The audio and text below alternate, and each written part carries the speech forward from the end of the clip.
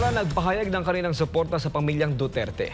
Lalong-lalo na kay dating Pangulong Rodrigo Duterte ang ilan sa mga Muslim community na patuloy na kinokondena ang panggigipit ng Administrasyong Marcos sa mga Duterte.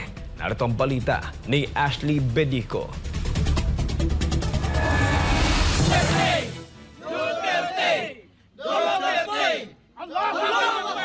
Nagkaisa ang mga miyembro ng Muslim community mula sa iba't ibang bahagi ng Mindanao sa pangunguna ni former Maranao Deputy Mayor Randy Usman upang magbigay ng suporta sa pamilyang Duterte at sa pagbabantay sa kanilang mga pamamahay. Nandito lahat yung mga volunteers para sa mga Duterte family.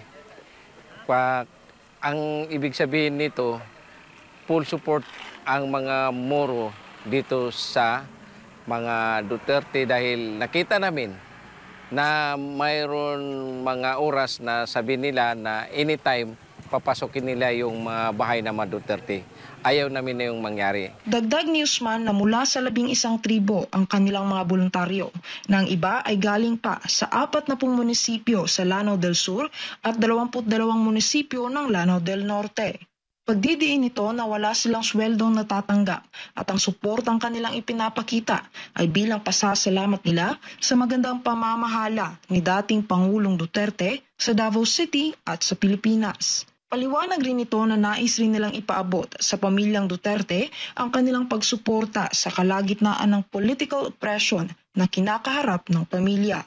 Tatay Digong na ang imong mga parente nga mga Moro nga wala sila muundang o pag-atiman sa kining mga residents nimo diri sa Davao City.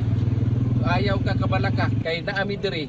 Ayaw na nimo naon kay kami ang bahala na diri sa imong dakbayan sa Davao nga kami ang mag-protect sa ilang mga panimalay sa inyong mga anak nga na diri sa Davao nga naay mga remorse nga sudlo nila ay mong balay.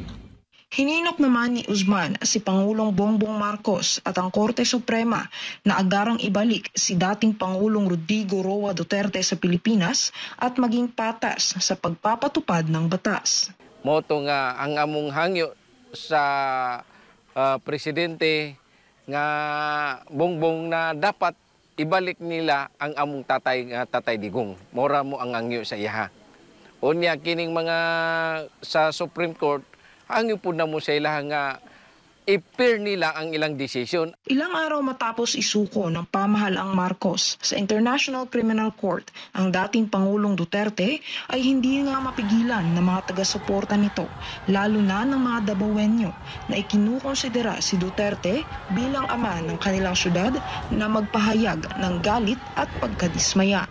Samantala, patuloy naman nilang pinanawagan na oras na para magkaisa at huwag huminto hanggang hindi nakakabalik si Pangulong Duterte sa bansa. Nanawagan ako sa lahat ng maging Christian, Muslim, Maranao, lahat ng relihiyon na please ipagpatuloy natin yung prayers natin kay Tatay Digong. Huwag tayong tumigil na manalangin na makuha din natin yung dream natin na makauli si Tatay sa Pilipinas. Ipinapakita rin umano nila na ang pagpapahayag ng saloobin at pagprotesta laban sa katiwalian ay hindi kataksilan sa bayan at marahil ang tunay na mapayapang revolusyon ay nasa paparating na eleksyon. Para sa Diyos at Pilipinas kong mahal, ito si Ashley Bedico, SMNI News Davao.